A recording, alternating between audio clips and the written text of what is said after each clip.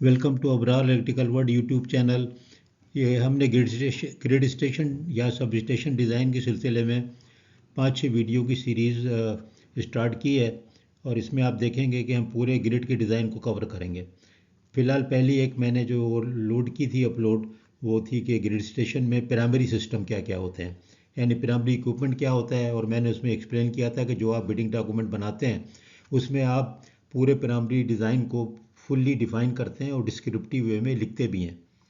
जबकि secondary wiring और secondary जो डायग्राम होती है उसका थोड़ा बहुत तस्करा होता है, लेकिन उतनी डिटेल में नहीं होता जितना कि आप प्राइमरी वाले इक्विपमेंट को डिटेलिंग करते हैं, स्पेसिफिकेशन देते हैं, सारा उसमें कवर हो जाता है।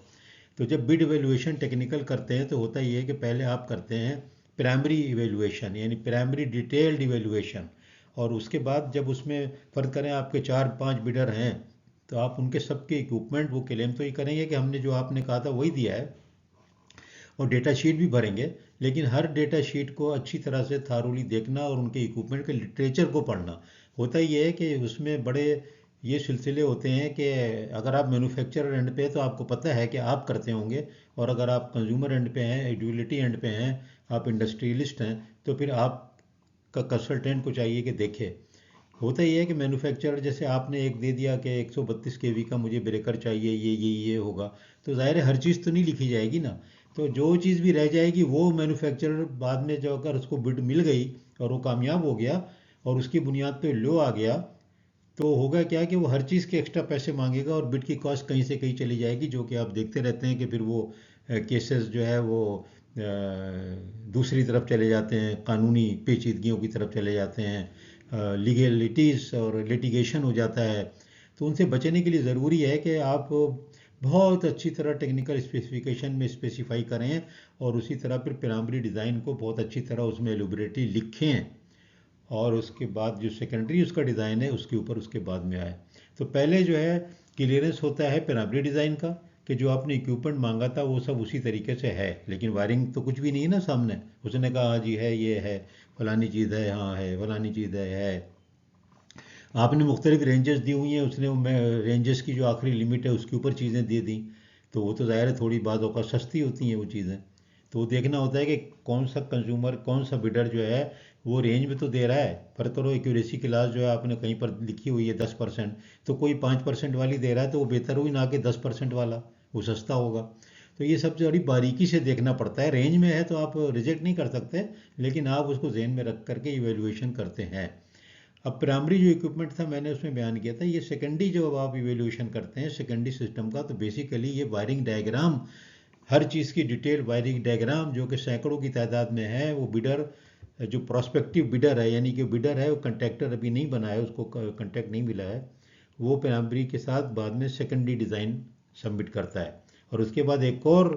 बिडिंग की मीटिंग्स होती हैं, फिर वो डिटेल्ड सेकेंडरी ड्राइंग सबमिट करता है। लेकिन ये जो शुरू में भी उसको जब सेकेंडरी डिज़ाइन होता है और उसको क्लियर हो जाता है प्राइमरी डिज़ाइन, तो फिर उनसे सेकेंडरी डिज़ाइन भी मांगा जाता है, और फिर डिटेल सेकेंडरी डिज़ाइन जो है वो फिर बहुत ही एलोबरेट होता है, सैकड़ों हज़ारों शीटें और कई मीटिंग्स और सारी चीज़ें होती हैं।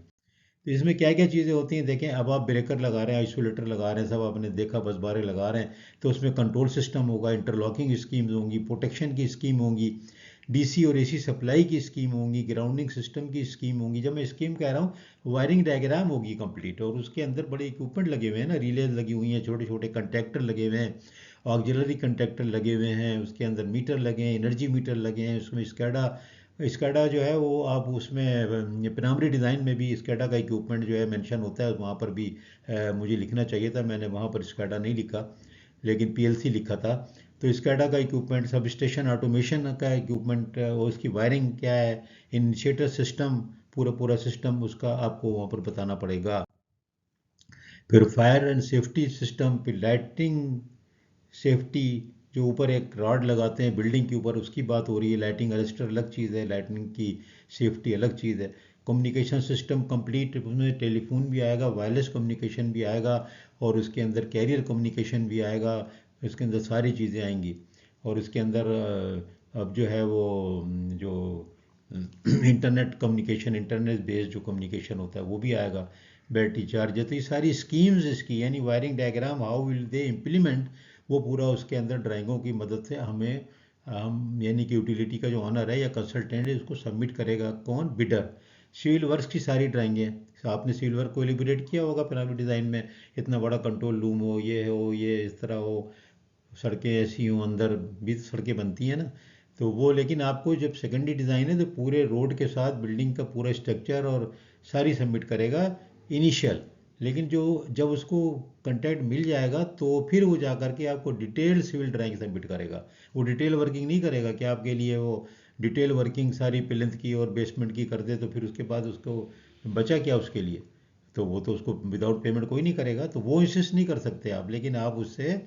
एक एक अंदाज़न हर चीज़ का एस्टिमेटेड ड्राइंग्स एंड जो कहते हैं सेकेंडरी ड्राइंग्स वो आप उससे ले सकते हैं, और वो देते भी हैं, मना नहीं करते, क्योंकि उनको कंट्रैक्ट तो बहरहाल लेना है। तो कि कोशिश आपको ये करनी चाहिए कि आप देखें हर चीज़ वो कंप्लीटनेस है या नहीं है, या कोई चीज़ मिसिंग तो नहीं है, तो आप उसमें लिखें और उसको वैल्यूएशन करें, और उसको जो है टेक्निकल वैल्यूएशन के बाद उसको फाइनेंशियली भी लोडिंग करें उसके ऊपर कि ये चीज़ मिसिंग है, ये इतने रुपए आपकी बिड में हम ऐड करेंगे। सेफ्टी सिस्टम होता है फायर अलार्म के साथ, जैसे सर्जी सिस्टम बड़ा पॉपुलर है,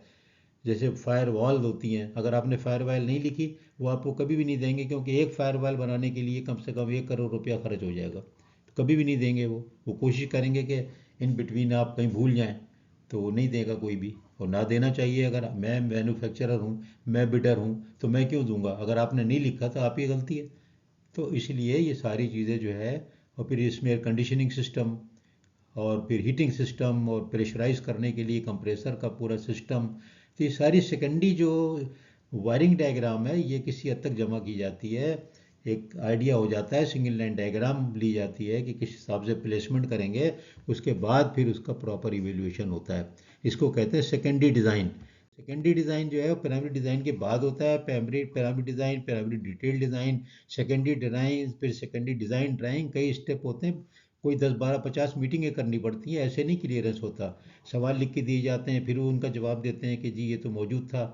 फिर वो आप कहते हैं कंसल्टेंट के ये तो मौजूद नहीं था, फिर वो बताते हैं ये देखिए यहाँ पे लिखा है, फिर उसके अंदर आपको कोई ऑब्जेक्शन है तो आप कुछ और भी लिखवाते हैं उनसे, कमिटमेंट लेते हैं।